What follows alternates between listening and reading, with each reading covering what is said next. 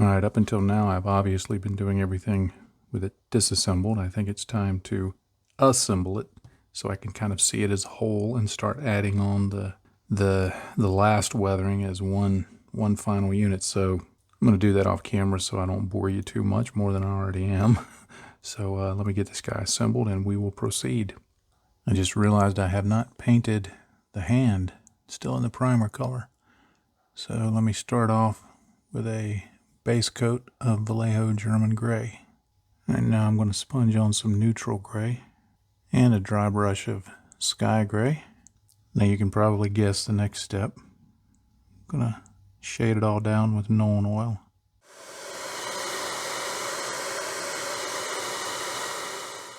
Now to give some indication of a metallic sheen, I'm going to use this hunk o lead to just kind of hit the edges in a few areas. And it'll just, in certain lights, just impart a metallic shine to it. All right, I'd left these hoses off until getting towards the end. I remember I think I talked about, it's been so many episodes now, I forget. You pretty much can't paint these. I've got primer on them, I've got some oil paint over it. The oil paint will stay okay. But normally, if you were assembling this the way the instructions suggest, you would hook this part into this little bulb here and then stick it onto the leg. But I don't like doing that because it limits my ability to build it the way that I want to. So what I'm going to do, and as always, I'm going to generally do it off camera, but I'll show some of it. So what I do is I just trim away bits of the end here. I'm trying to do this without slicing myself open, but just, that was close. But just trim away little bits like that to kind of get this to a little more of a point. And I'll trim away a few pieces and then just gently try to insert it in there. Once I had trimmed away enough, it'll just pop right in. And once it's in, it won't come back out. It stays in there pretty solid. So let me go through this process of trimming this and testing it. And then we'll take a look at what I'm going to do next. Because right now I got a couple of things in mind and still haven't decided. Here, I trimmed this one. And you can kind of see to the level that I trimmed it. And I just put it up there and just kind of twist it and work it in. And then put that in here. And that'll hold in place just fine.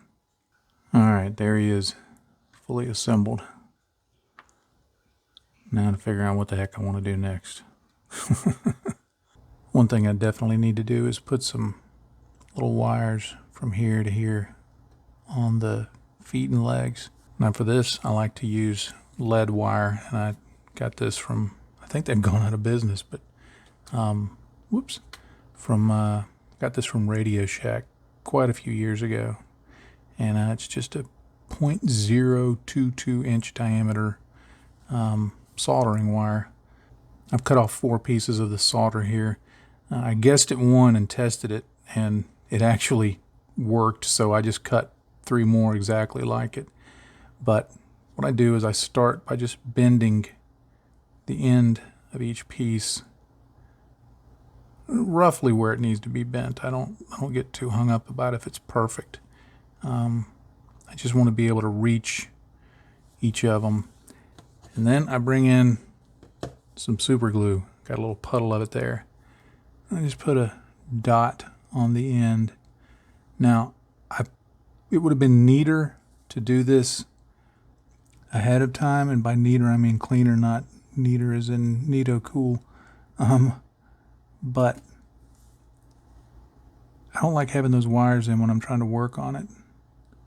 So I'll just pop those in there. There we go. And then once it's in there, usually the process of putting it in gives it enough natural curve and curl that I'm okay with it. There's no perfectly prescribed way that it should be shaped. So I just kind of let it end up where it ends up, call it good. Now getting paint, acrylic paint, even lacquer paints, to stick to anything metal can sometimes be a problem. VMS is one solution. They make this metal prep 4K, and you just paint this on, and I don't know what it puts on the surface, but it sticks to metal like nobody's business, and paint won't come off of it. So I've never used it on this soldering wire, so we'll see how well it works on that. Now, I usually see these painted in black or dark gray, so I think I'm going to use Vallejo Whole Red. Just to be different. Alright, I can live with that.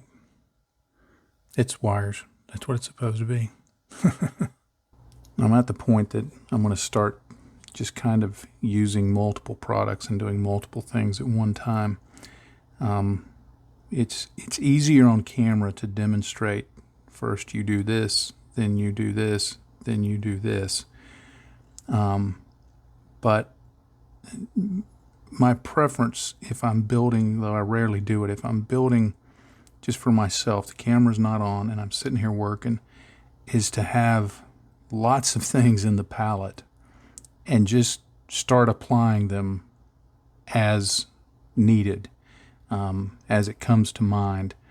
And it may mean, okay, I put a bunch of this stuff around and then I put a bunch of this other stuff around, but it may mean, okay, I do a little of this, a little of that, focus on this one area. I just kind of go where the whim takes me.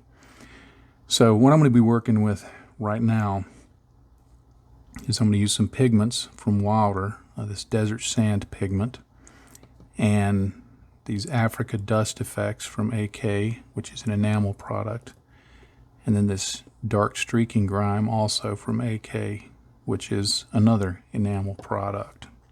Now I'm imagining this, of course, to be in the desert, which is, you know, the likely place for a desert painted suit to be.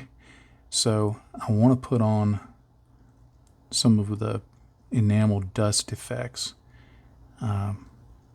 because, you know, dust will collect all over a vehicle. And I know some people, you know, I understand some people probably get tired of me relating back to my military experience, you know, an old man and his stories.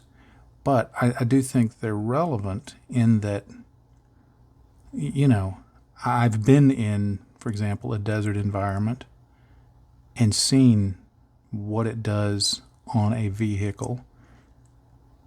And so I try to apply some of that to the models that I build. Now, the thing I try to convey, or I try to do visually, is when you're in a desert environment and you're riding around and there's a lot of dust, especially a city kind of urban environment, which is what I was familiar with in Mogadishu, dust gets on everything.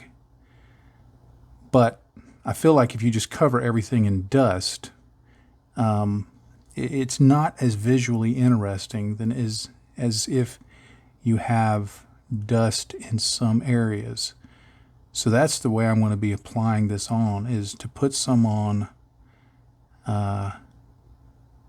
in select locations to really convey the dust, but try to do it in such a way that it still helps distinguish parts and things like that. For instance, right here, I'm not putting dust along here, but I am putting it on this door towards the top to give some visual separation. I put it on the top of this armor and the top of this here, and then along the front here, so that the dust will show up here more in this black area, but on the tan areas where it's not going to show up as much, I'm not going to be as concerned about doing more than maybe just some streaking and some dabbing to make some tonal variation here and there. I'm going to go back later with enamel thinners and clean this up. But it's just a back and forth process of adding some on, letting it dry up a little bit, cleaning it up, seeing what you like about it, what you don't. And then, again, if you do it across the whole model, that's fine. If you decide to do it just in sections, that's fine too. So I'm putting it here, one, because I think dust would collect here, but two, it helps feature that detail. I think that's where weathering really takes off if you do it right, well. Let me say I don't want to use the word right. When you're doing it well is when it's doing more than just accomplishing weathering for you. It's featuring things. It's making things appear more visible. So that's what I look for. But like right back here, I'm working along and I just, I want to add some stain in, so I'll do a quick clean of the brush and go and get this stuff. And I'm just going to blob this streaking grime right here around this hose, because that is going to need to be dirty and oily and things like that. I always like gunking these hoses up. And I'm sorry if I'm floating off camera. I'm just rambling and looking at what I'm doing. I'm not really paying attention to the camera work, and I apologize for that. But just get that on there. But we definitely want some fluid effects here below the engine, because if you've ever had a lawnmower, they get greasy. I'm just going to put a few more. I think I'll put some right up here to kind of darken that line down there. And again, that's going to do some visual separation right there when I clean that up. Now that I've put on some of those enamels, I just want to go in here and just do some blending, some cleanup, some adding of streaks. And there's no right or wrong. It's what you think looks good. Like right up here, you see how I want the dust line to be at the top of the shoulder, but I don't want this there. So I'm just going to go back and gently push that color back towards the top of the shoulder. And then I'll leave it be and just let that dry and then see how it looks, and do I need to adjust it again. And some of these places where I just dabbed it on here, I'm just going to dab around, because that process of just doing a few dabs like that can give you some serendipitous results. I like using that word if you've not already noticed. But it just gives some results that, often are unplanned, but they end up looking cool. And if I don't like the way something looks, I can just keep blending until it goes away. But with oils and enamels, you can spread the color around and get it where you want it. And like back here on the engine, you see how that grime got right there. I'm just going to blend that in, just to push it back up and to push down along there, so that I take away the harsh edge, the harsh line, and just leave the stain. Oils are better at blending. With enamels, they're either there or they're not, generally. But enamels do dry pretty quick, and I like using them. And I have a bunch of them, so I'm going to make use of them. But you could do this with oils. You could do this, like I said, obviously with enamels. And then somewhere on here, I'm going to use some acrylics, just because I like using acrylics too. See right here, I didn't see I didn't like the amount of color that was on there. I thought it needed more. So even though I'm doing cleanup on some things, I've got my brush loaded with enamel thinners, but I'm going in and grabbing some of this streaking grime, and I'm applying more of it right there, and I'm letting the thinner just kind of wash it around like that. And then I'll just come back once it dries and look at it again. Now I'm Not sure because of the way I edit things if I'm coming up on time. I think I am. So I'm probably just going to need to say I'll continue this in the next one, because I will. And I want to show the use of these pigments because I've got them on the palette and I want to make use of that. But I'm going to go ahead and say this is in video, and I think the next video will be the last in this series, because I'm really just about at the end. If I didn't have to go to work today, I would have this finished up by it's about 5:15 right now. I'd have this finished up by about 7 or 7:30. So, but I have to go to work today, so it'll take another couple of days to have the time to get to it. But I want to say this is a video, and thank you for being a patron and for keeping up with this series. I hope it's been beneficial, and I'll just keep working on this.